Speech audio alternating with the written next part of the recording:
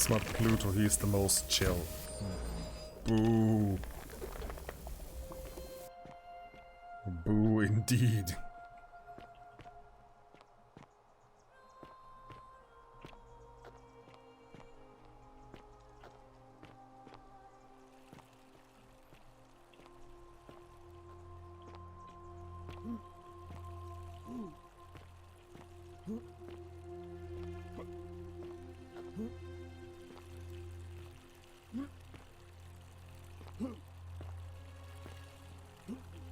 How do I get on top there? I can't.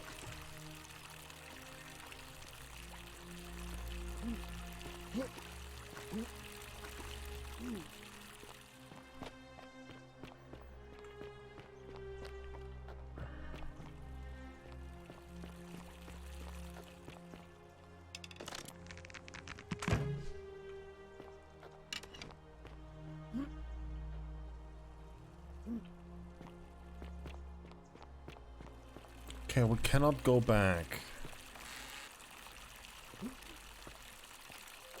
Left vines? Where?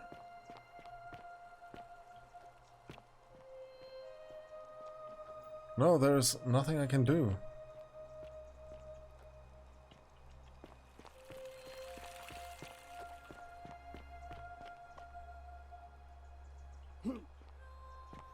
I mean, I have someone very specific in mind to turn into gold.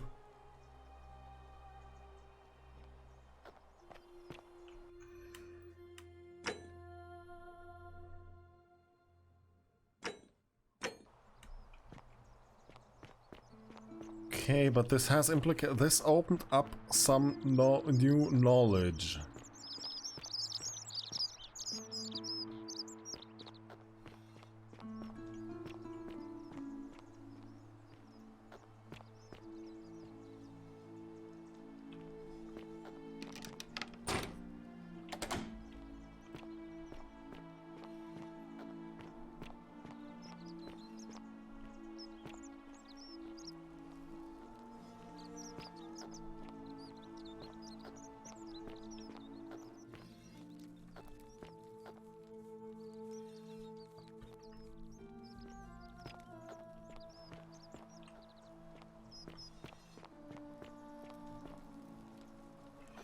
You know what? You're right. I can gold the assess. I wonder if that counts as murder or not.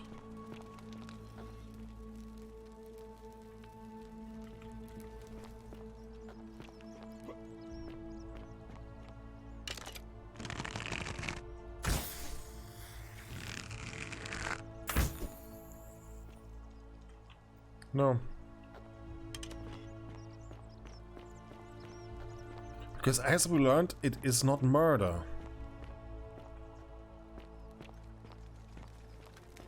Criteria. A bear. A new face. Bad news. Harvey and may Vesta watch over you. I'm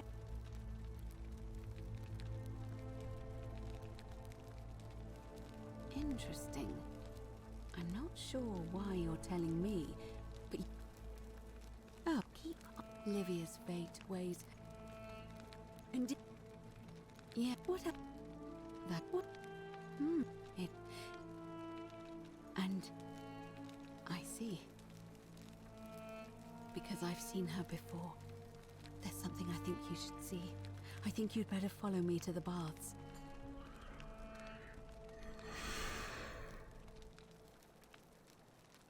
But don't follow too closely. We can't have people thinking we're bathing together.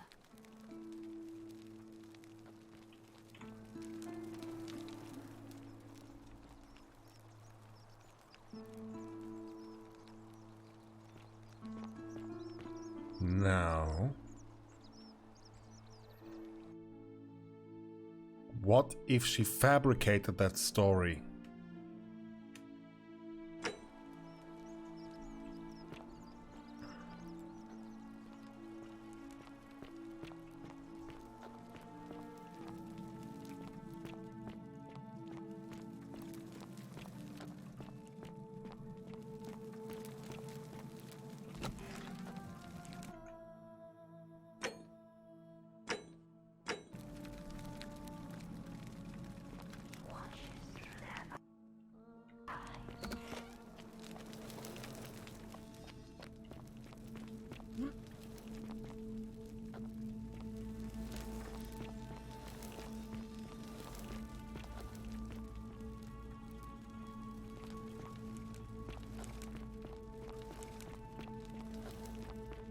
the shaft.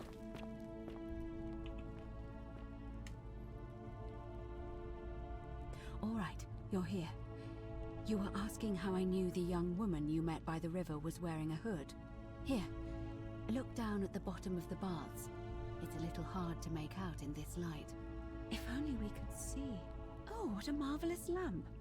But do you see it?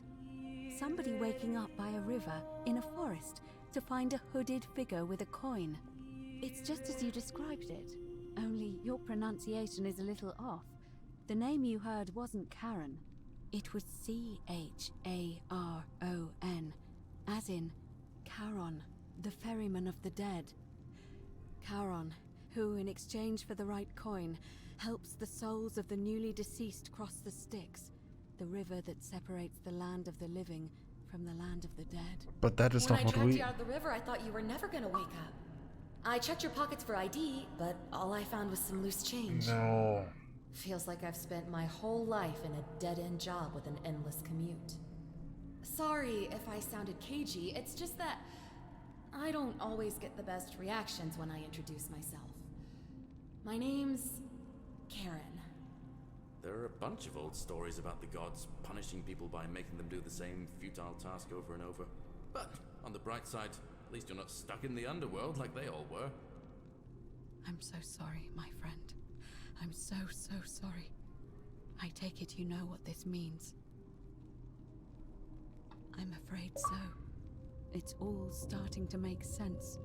All these people whose last memory was running from the fires toward the river. It seems none of them escaped with their lives after all. Perhaps we should be grateful they don't remember their final moments.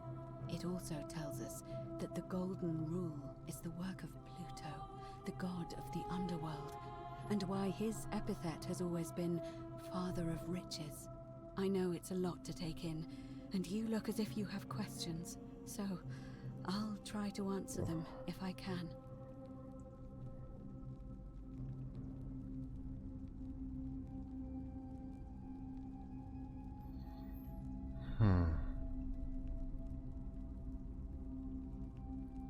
That was my first thought too. In the old stories, the underworld was where the souls of the deceased were taken. But it was also possible for the living to reach it without dying, if they were particularly fearless. So I'm afraid I don't know. Huh. It's a little bit empty, yeah. Damn it, Pluto, this is a revenge for saying you're on the planet. Good question. Let's see.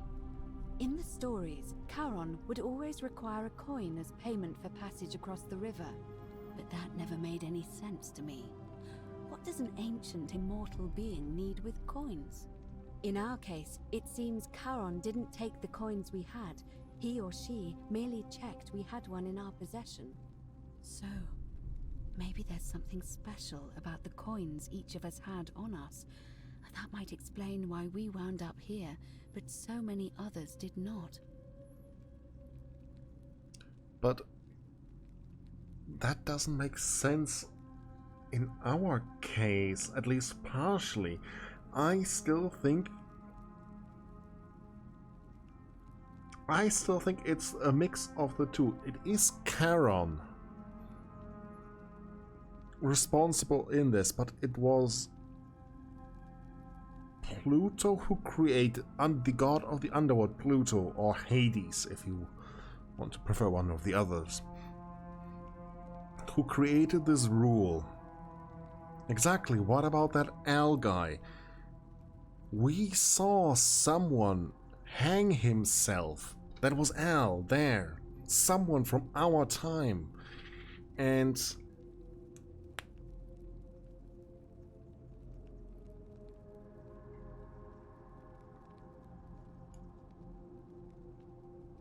we were an archaeologist. Perhaps we found a coin. But this doesn't explain why we, only we, have the favor of the gods to relive the cycle.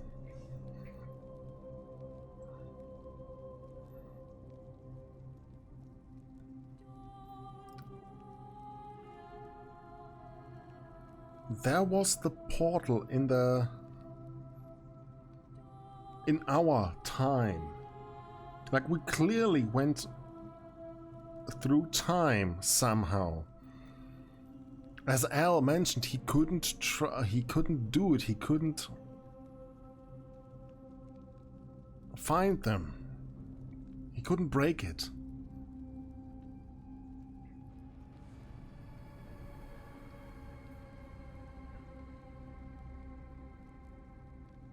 I am assuming we woke up now, but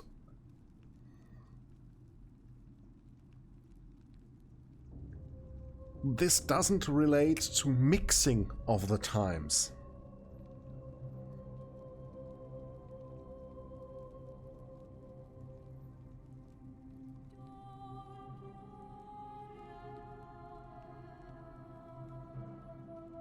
There's still much to think about this.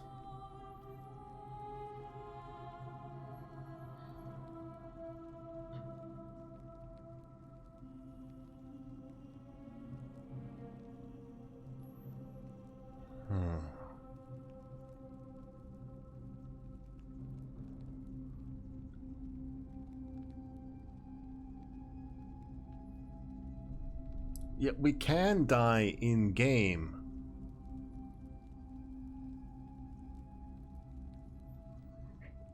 I think we may have been chosen to go there and not die, but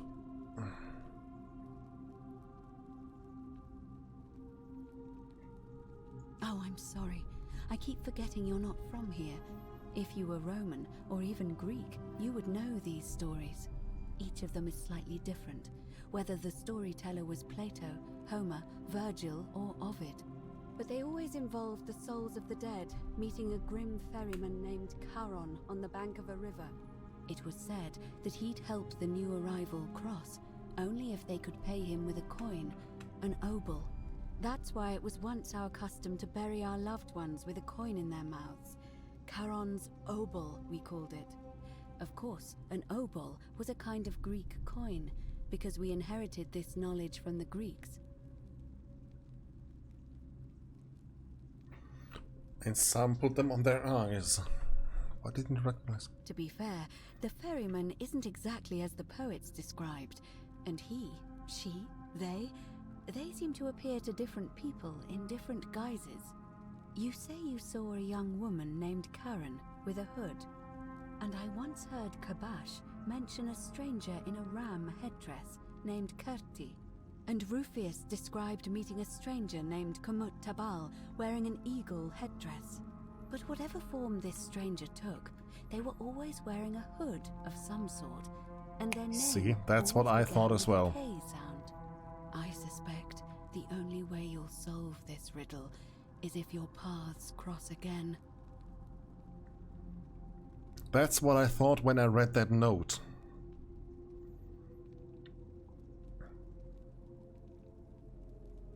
Whoever perceives them, but that doesn't... that only confirms that the gods are just entities, but they are all the same.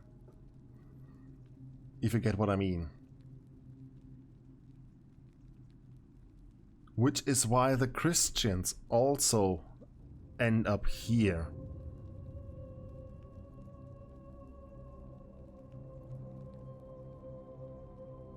More like godly quantum superposition.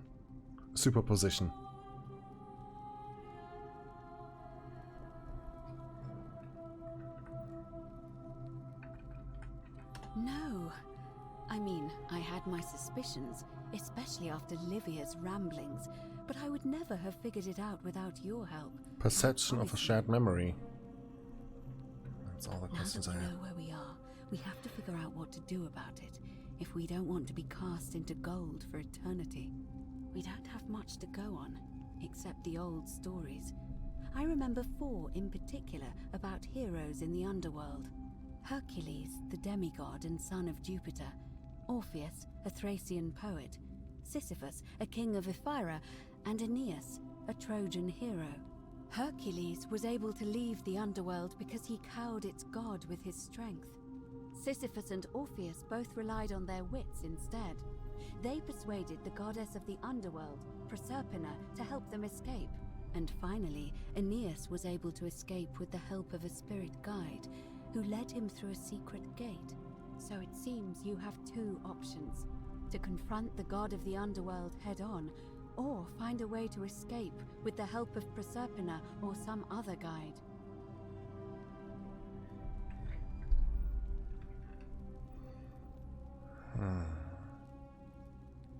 All Romans try to avoid saying it, and the reason is quite simple.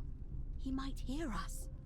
You may refer to him as Pluto, if you wish, but you'll only be calling attention to yourself. Do so at your own peril.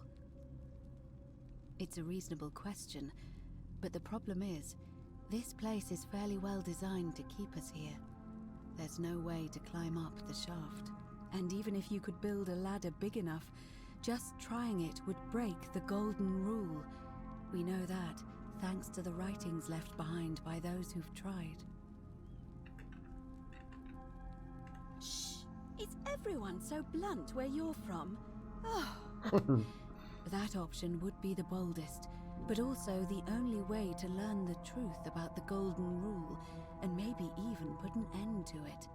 As I said, Hercules managed to overpower the god of the underworld, but he was a demigod.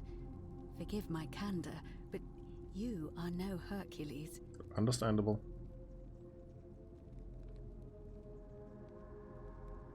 Are you telling me that you can? I won't pretend to understand exactly what that means, but if that's true, then perhaps you stand a chance. So, if you want to confront him, I'll help you as much as I can. Who knows? Perhaps your name will be uttered in the same sentence as Hercules one day. But first, you'd need an audience with you-know-who, and for that, you'll need to enter the great temple overlooking the city. The problem is, the door has been sealed shut for as long as I've lived here, and there doesn't even seem to be a keyhole. I suspect the answer lies in the desecrated obelisk in front of it. I'm not sure if you noticed, but there are 4 plaques missing from its base. It looks as though somebody, or a series of somebodies, forcibly removed them, and in doing so, dishonored and angered our divine keeper. If you could recover and replace all 4 of those missing plaques, I imagine he might be willing to receive an audience again. It's the towering stone monument with 4 sides and a pyramid-shaped head that stands before the great temple, a dedication to the god of this place. You'll find them all over Rome, but of course they were looted from Egypt many years ago. It seems one of them made its way here too, although how is a mystery. However, this one is unusual in that each of the 4 sides is decorated in a different style: Roman, Greek, Egyptian, and another I don't recognize. That means you'll need to recover 4 different plaques: Roman, Greek, Egyptian, and a 4th, a mystery plaque.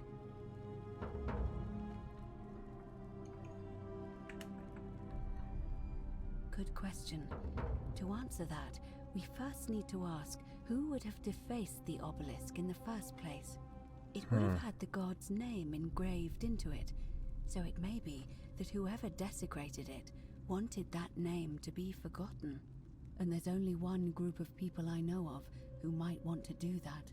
There's a cult in Rome that often argued there is only one true god. Theirs, of course.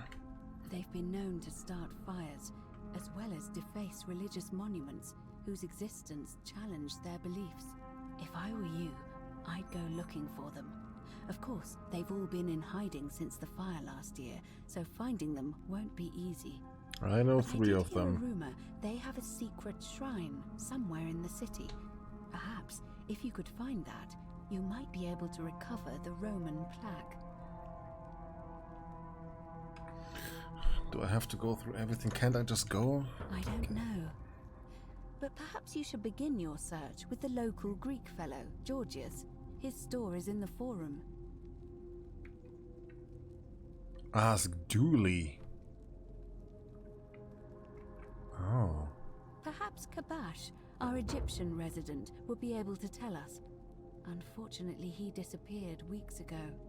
But I did hear Aurelia is peddling rumors about him at the tavern, so perhaps you could talk to her, or just take a look in his room.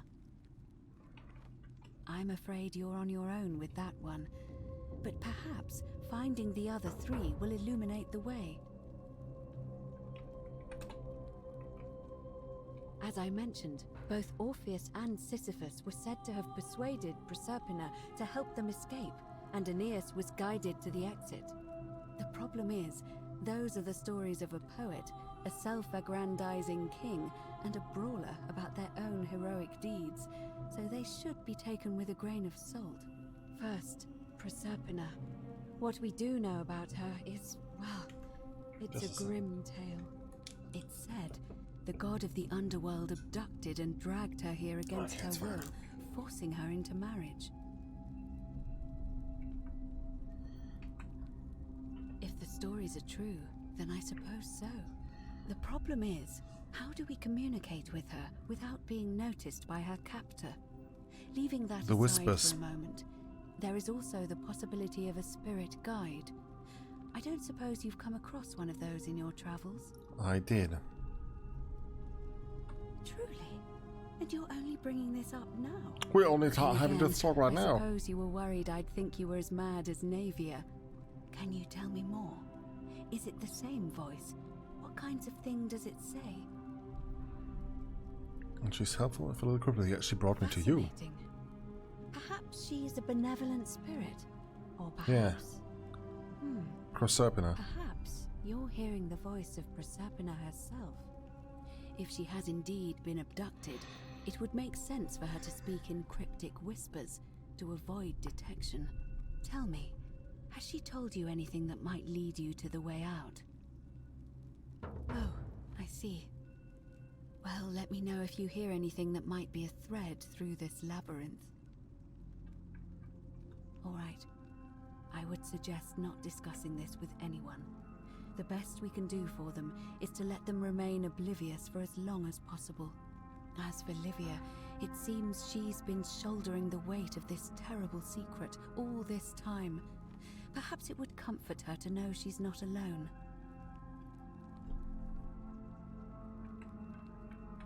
In any case, time is of the essence, so you'd best begin. May Fortuna guide you. Although you may not need her with Proserpina on your side. Okay.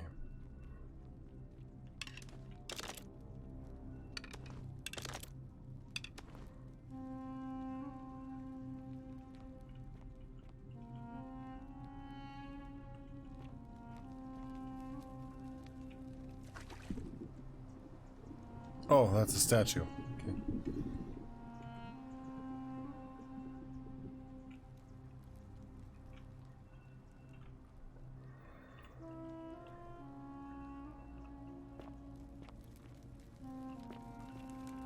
I mean, I imagine it somehow being the case that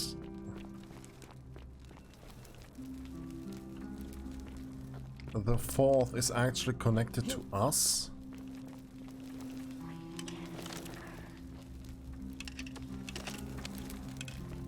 Okay, so we have to go up a river or up a waterfall.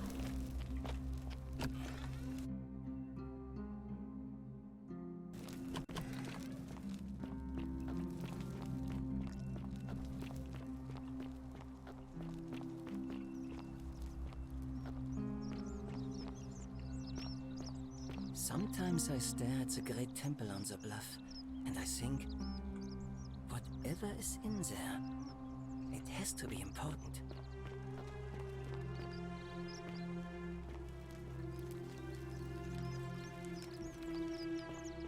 Ah, a fellow traveler from a faraway land. Shiny. Salve and welcome. Need... Oh, I try not to worry about it. I mean, if people are nice to each other, we won't have anything to worry about. Thanks. And I like your teeth. They're so white. And your clothes. Oh, I bet my friend Georgius would like to get a look. And I'm sure he'd love to chatter about... He'll be just across the... All right. Okay, she's completely innocent. Oi, shithead. Where are you?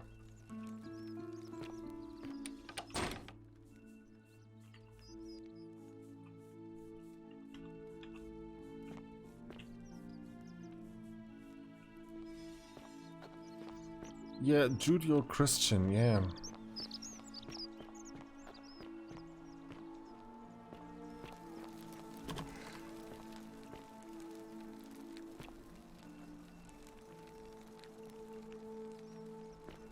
Lucretia.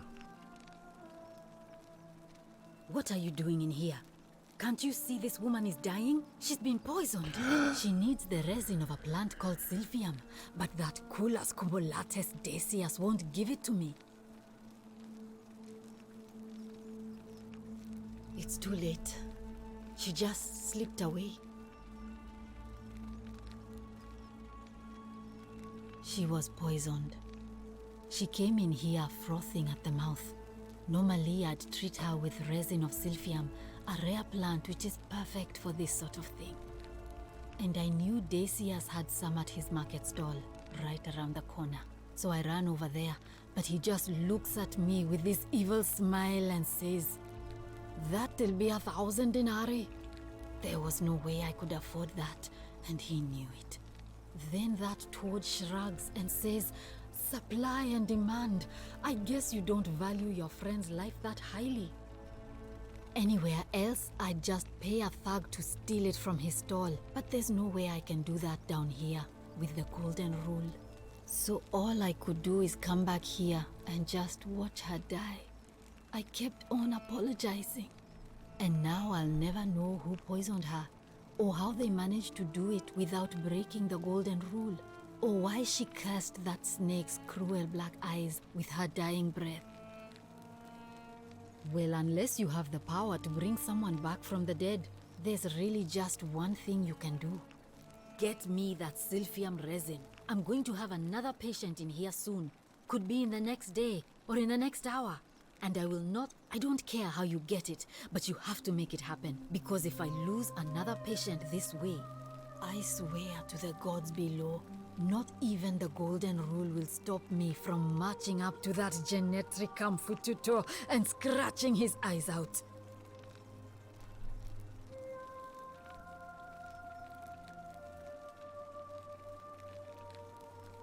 Well, come back if you get sick or injured.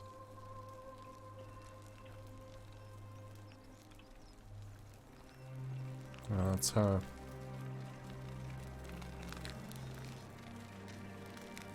That's a dongle. There, censored. A golden bow, just like Apollo and Diana's. Yes.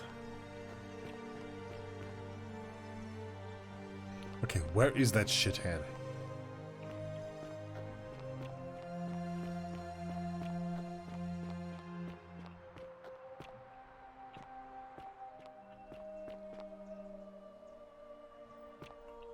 Is it me, or is it darker suddenly?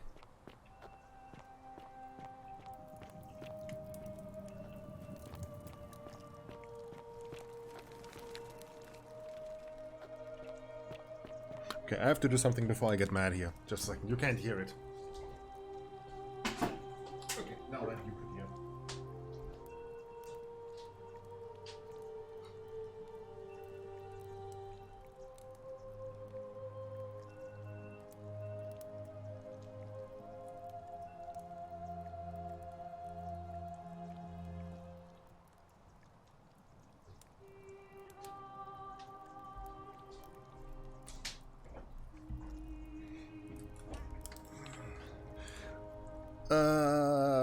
It was an alarm, yeah. Sorry if you could hear that, probably faintly. Yeah, it's... It has gotten darker? Or it could be an illusion.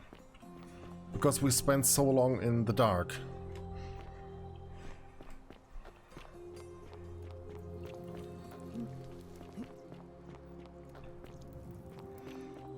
Alright, this is a little...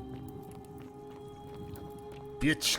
You, Horatius? Sisyphus, Looking a bit attack or troubled pursue there. the stone Stone that outside, always Cynthia. returns. And I haven't slept right in 3 weeks. Don't be too hard on yourself. From what I hear, nobody saw it coming.